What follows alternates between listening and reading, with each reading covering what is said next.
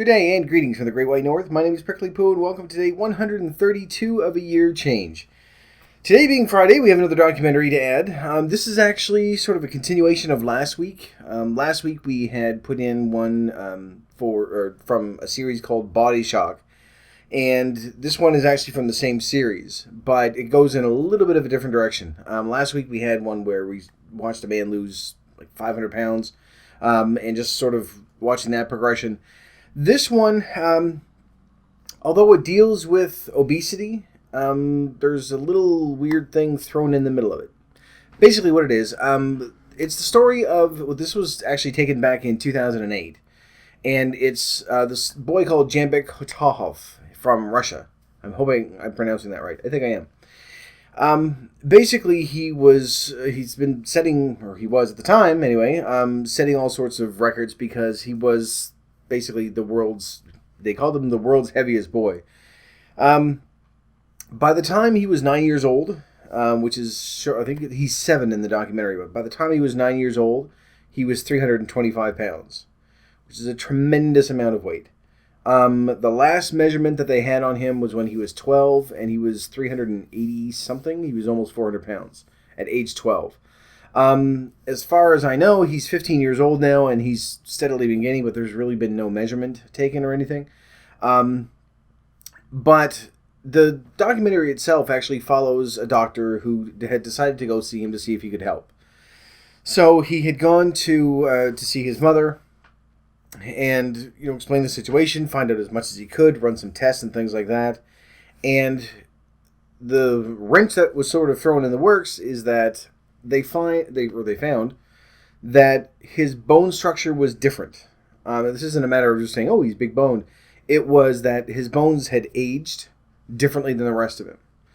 So, of course, they started running a whole bunch of tests, and the doctor suspected that this wasn't just a matter of this kid overeating, but that his mother had actually been feeding him steroids. He said it's consistent, the damage that's been done to his bones is consistent with someone taking anabolic steroids. And so it sort of delves into a little bit more depth with, how that lifestyle, although it's incredibly dangerous for her son, has sort of given them a little bit of a status symbol, where he's gone on talk shows and things like that, and it's sort of encouraging her to continue on going. It's a very interesting documentary, but it was one of those things that, again, I've discussed my opinion on childhood obesity to begin with quite a while ago. But stuff like that, I was always a fat kid. Chances are you were always a fat kid. No one ever really starts getting obese in their 20s or 30s. But, well, it's not entirely true, I suppose. Some people anyway, it's a topic for another story, for another day. But we were all generally, the vast majority of us, I'll say, generally were always fat. But I don't think it's a matter of our parents feeding us steroids. It's a matter of most times our parents not being able to say no, and that sort of sets us off in that pattern, and then we continue on through adulthood. And I don't have anyone to blame for me being fat. I was fat as a kid. My parents put me on diets when I was a kid, so I'm not blaming them, obviously. But this one's a little bit different. I think that the majority of the time when it's, when you're fat as a child and it just grows up, it's because it's that pattern that you've learned. Either it's from our parents not being able to say no to us, or, just sneaking food, or whatever the situation may be, or maybe just parents, not forcing their kids to get out and do something. I think it does contribute to it, but overall it's not to blame for it. This is a little bit different because this is something that they really sort of stress that there's no other way that this could have happened to this kid. When he's watching him, he obviously does eat a lot more, but it's not enough to account for the incredible weight gain. So when they started doing these tests and they started finding that, it was consistent with steroids, and he's trying to get the help of other doctors in Russia, which is where the kid lives, and it's just he hits a wall every single time. Doctors that had agreed with him before, suddenly when he comes back, they say, no, it's ridiculous. All the tests are negative. But he can't see them. And it's it's one of those things that when you look at something like this, and I don't want to say that I can understand it. I mean, it's one of those things that you understand, but you don't quite get, if that makes any sense. That when you look at just the facts of the situation and say, okay, here's someone that is living in poverty, that the one thing that seems to be giving them a little bit of a boost is the fact that her son was overweight. So the fact that, she's continuing on with that and increasing that weight, like getting him bigger and bigger and bigger, whether it's through steroids or, just overeating or feeding him high-fat foods, whatever the situation is, you can look at it and say, okay, I understand the concept of, needing to have that, I don't know, that sense of celebrity or something, but I don't get why they would endanger their kid for that. And that's why, like I say, I mean, my parents were good. They didn't force me to eat all the fatty foods. The worst I could probably say is that they, it's just sort of a matter of them not being able to say no, or making better choices and things like that. But by the time, you're 10 or 12 years old, you're making those decisions on your own when it comes to what you're going to eat and how much you're going to eat and things like that. So I really have no one to blame. In this situation, it's much, much different. I feel like I'm repeating myself already, and we're about 2 seconds in. Anyway, the doctor that goes there, he's a specialist in obesity, and he had originally gone to help him because by the time the kid is 7 years old, he's, almost 300 pounds, and he's obviously worried for the right reasons that you don't want to have a 10-year-old kid die of a heart attack. So that's what originally prompted him to do it. And it's just as the documentary progresses that those suspicions get, deeper and deeper. He tries to talk to the mother, and there's just such a state of denial there, saying, no, my son is fine. He's healthy. He's not healthy. He's 300 pounds, and he's 7 years old. There's no way that he's going to be healthy. And there's sort of it's not because it's a cultural thing, because we have that exact same thing here. And I mean, it's all over the world, but there's a sense of saying, oh, well, no, we're somewhat proud of this. And I notice that there is some of that here as well. Not necessarily that people are feeding their kids steroids, but there's that denial where parents would say, oh, no, well, they're fat, but it's baby fat. They'll lose it. Like, no, they're 6 years old and they're, 200 pounds. No, that's not baby fat. And you can't be healthy. You hear that a lot with a lot of people that, I've even said it that luckily I don't have things like sleep apnea or diabetes or, heart disease or lung problems, as far as I know, because I haven't been to a doctor in forever. Because I usually will go when I'm actually legitimately sick. So I could have a whole myriad of things wrong with me that I really don't know about. But I wouldn't go so far as to say, no, I'm fat, but, I'm still healthy. It's like, no, as of right now, I don't have to give myself injections. I don't have to sleep with a machine. There's a lot of things that I'm free from. And I feel like I'm very fortunate that way. That, and it's not that I'm healthy, obviously not. I'm far, far, far too fat for my height. So that's what we're trying to work on. But you hear that a lot, and you hear it in this documentary as well, where she's saying, "What? A child can't be fat but healthy?" And no, they can't. No one can. I mean, it sort of goes directly against it. That's like saying, well, someone can't have cancer and be healthy. And I don't think that that's much of a melodrama. When you look at the deaths that are coming from cancer and the deaths that are coming from obesity, you can compare the two. It influences a lot of things that we have in our life. Whether or not we can, sometimes, in some cases, whether or not we can even get out of bed. So it's an odd situation to watch. Sorry, because you just want to shake the shit out of her and say, you're killing your son. You need to do something. But the main reason why I sort of want to put this up today is that not because of the steroids, but just the food and the eating habits. We do the same thing to our kids, that we're slowly but surely killing them. And whether it's because you can't say no or because you feel guilty That may be part of it as well. You do hear that as well, that parents that have gone through a divorce, they feel guilty and they need to sort of compensate for that. So they find that the food is a comfort. Whether it's a matter of, not being able to say, no, you're going to eat vegetables and protein and like in proper proportions and things like that. Whatever the situation is, when you look at the fact that as of right now, there's about 50% of the population that is almost guaranteed to become obese by the time they're adults. And it's because of behaviors and habits that we've sort of ingrained in them. That's why I sort of want to put this up as well. Is that although it's not, I don't want to say it's not as purposefully done, because I don't think it comes from a place of malice, but neither does this woman.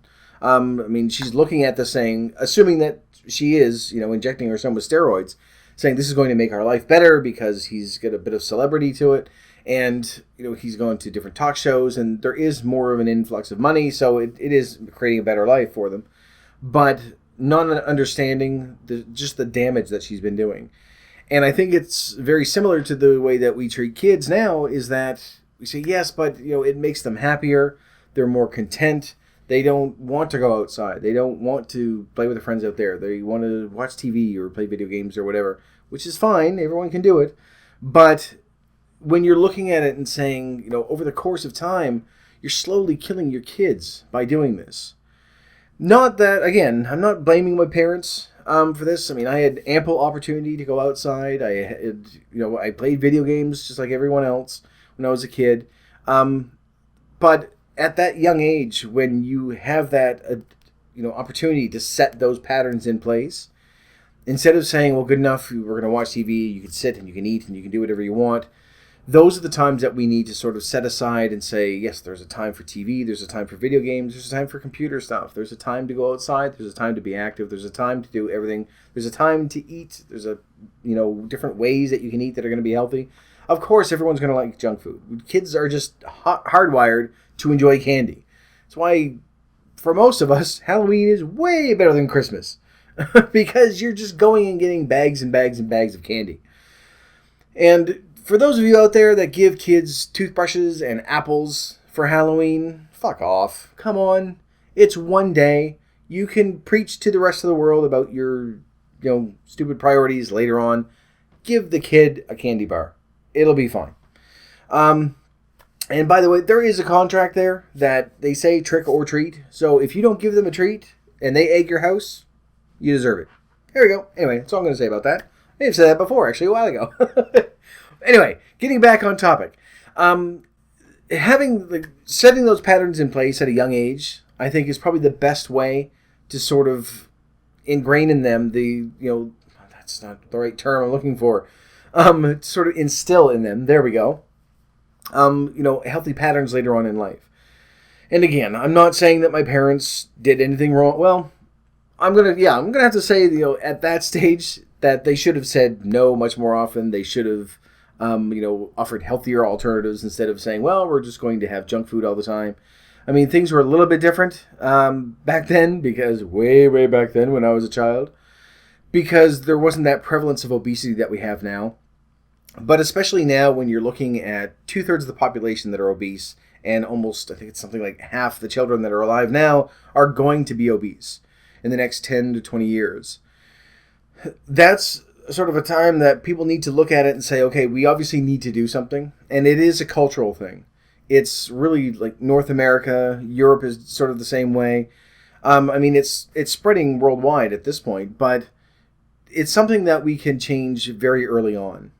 That if your kids are obese now, it's simply a matter, and we've said this before with a lot of the other documentaries as well, when someone gets to a certain weight where they can't get out of bed, they can't function on their own, part of that responsibility lies on their caregiver as well. To say, no, I'm simply not giving you what you want. We saw it, I think, way at the very beginning, 2 or 3 documentaries in, where he was called The Man Who Ate Himself to Death, where there was a man that was, his wife just couldn't bring herself to say no. And it is sort of a sense, there's going to be that sense of guilt that's attached to it, that misguided attempt to, provide affection and say, no, I care about them. I don't want them to feel bad. But just like those people, when it comes to your kids, it has to get to a point where you have to say no. Let them be uncomfortable. Let them, sulk and pout and moan and everything else. If it's going to prevent them from dying from a heart attack at age 20, then it's worth it. And they're not going to hate you. They're not going to scream and fight and kick. Well, they might if they're really, really bad. But overall, it's going to make things much, much better for them in the long run.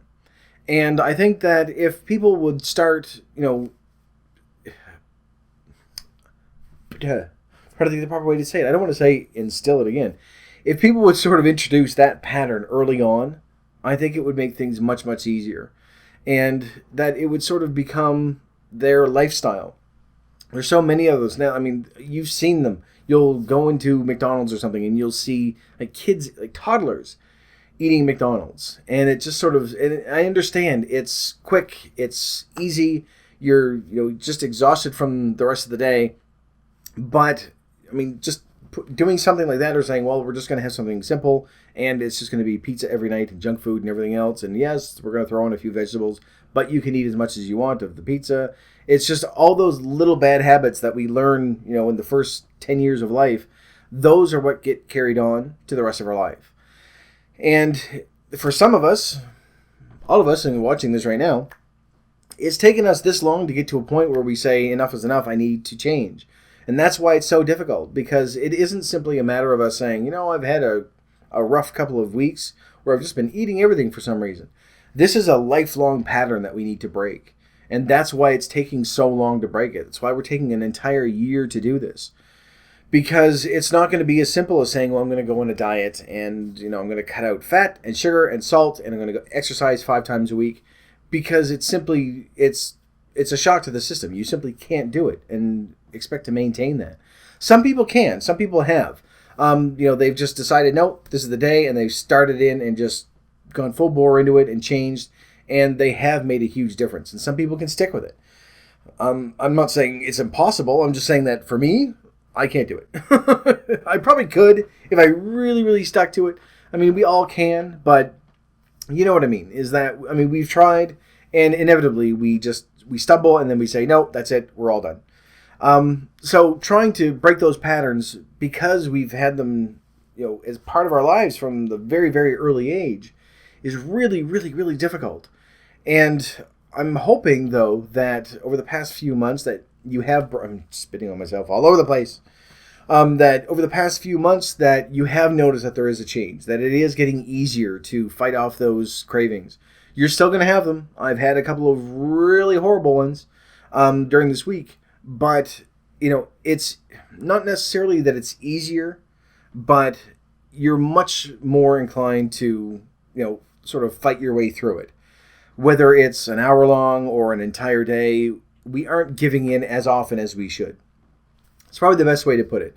Inevitably, we're going to give in at one point and say, okay, that was a really bad day. I better, tomorrow I'm going to get my shit together and get back on track. And as long as we do that, then we're fine. Then it's just a bad day. It's a bump in the road. It's nothing to quit over. You haven't thrown away the 4 months of progress that you've made. We're going to have those from time to time. Like I did last Sunday when I was telling you about it. But the main focus, I guess, I've completely lost my train of thought because now I'm thinking, oh yeah, did I talk about Sunday? I think I did. Or I went way, way over. Tremendous amount. Actually, I don't think I have. That's for tomorrow. Sorry. That's for our weekly update. We'll talk about that later. Anyway, we are going to have those moments where we're craving something and it's just going to drive us nuts. But over the past 4 months, I'm hoping that you found that you're sort of powering through them. You're declining that craving more than you're indulging in it. And even if it's, to that point where you're not going every single time and saying, oh, I want cake, so you're going to have cake. Even if you're able to say, you know what, yes, I had a rough week and I wanted cake and I got cake, but it's the first time that I've indulged in one of those cravings in 2 months. But I've had those cravings, every couple of weeks. If it's better than where you were 4 months ago, then we're on the right track. It's going to take a long time to get to where we need to be. We still have another 8 months to go at this stage. But, I think that at the end of that year, our patterns are going to be different. We aren't going to be overeating as much. We aren't going to be eating the same types of foods.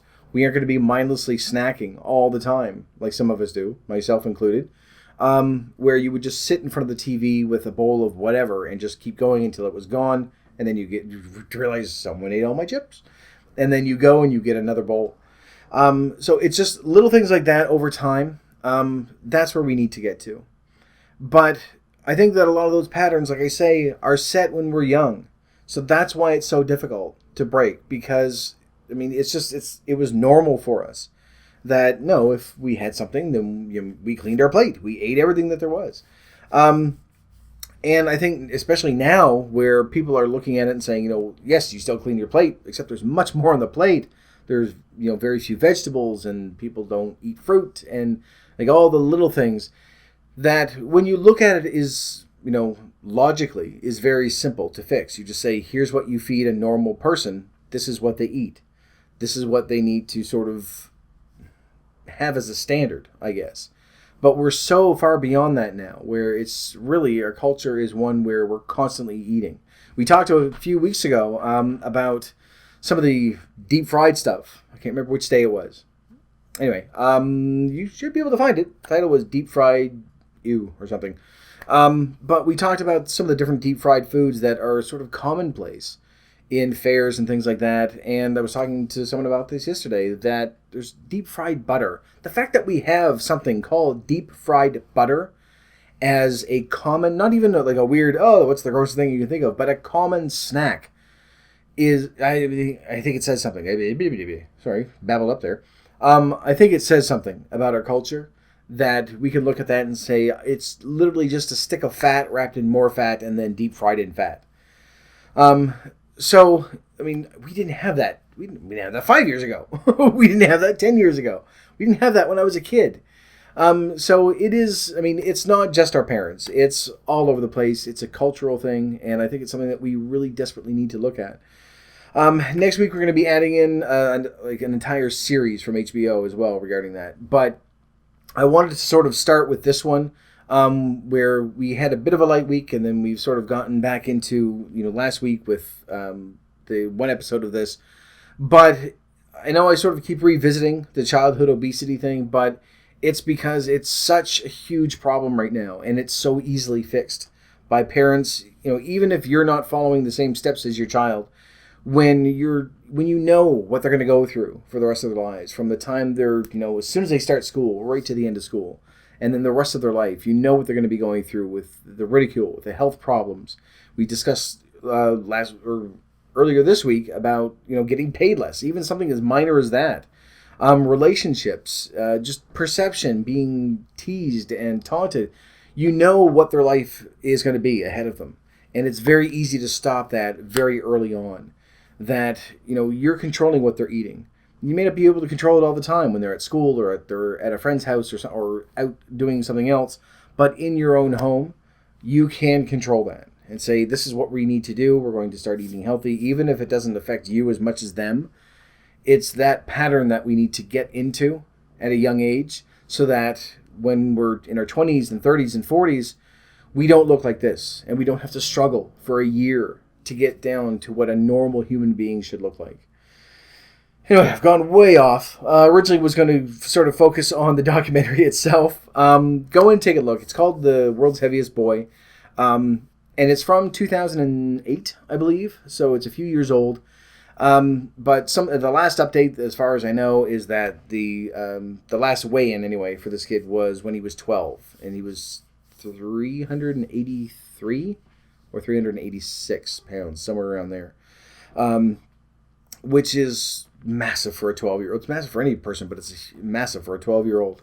But during the documentary, anyway, he's in his 200-ish range, and he's 7 years old. So it'll give you sort of a bit of an eye-opener. I mean, obviously, there are parents out there that are not feeding your kids anabolic steroids. I get that. That's not what this is. Calm the fuck down. But slowly feeding our kids the foods that we do is, we're pushing them down the same path. There are health problems that are ahead of them. There are emotional problems that are ahead of them. There are going to be psychological issues. Just everything all the way around.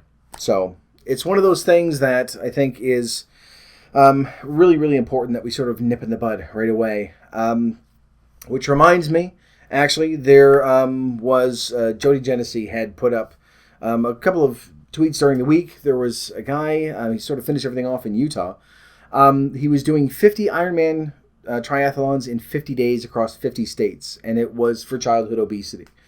So it's called the Iron Cowboy, I believe. So keep safe search on Google when you look for that, by the way. Just so you know. You might want to be very specific and put in Iron Cowboy Triathlon, and then take a look at that, because I think if you just put in Iron Cowboy, you're going to see things you don't want to see. But take a look at that, because, I mean, childhood obesity is one of those things that it obviously affected me because it's bled into my adult life as well. But it's just, for me, it's one of those things that I look at and think it's so easy to change at such a young age. And the fact that we have, at this point, the majority of our population is heading towards, a lifetime of just horrible, horrible, devastating ruin. Here we go. There's melodrama for you. So I'm going to end this video here on that happy note. Sorry, but thank you very much for watching. If you liked it, please poke the like button for me. In the meantime, keep yourself warm and fuzzy, and I will see you in the next video. Bye-bye.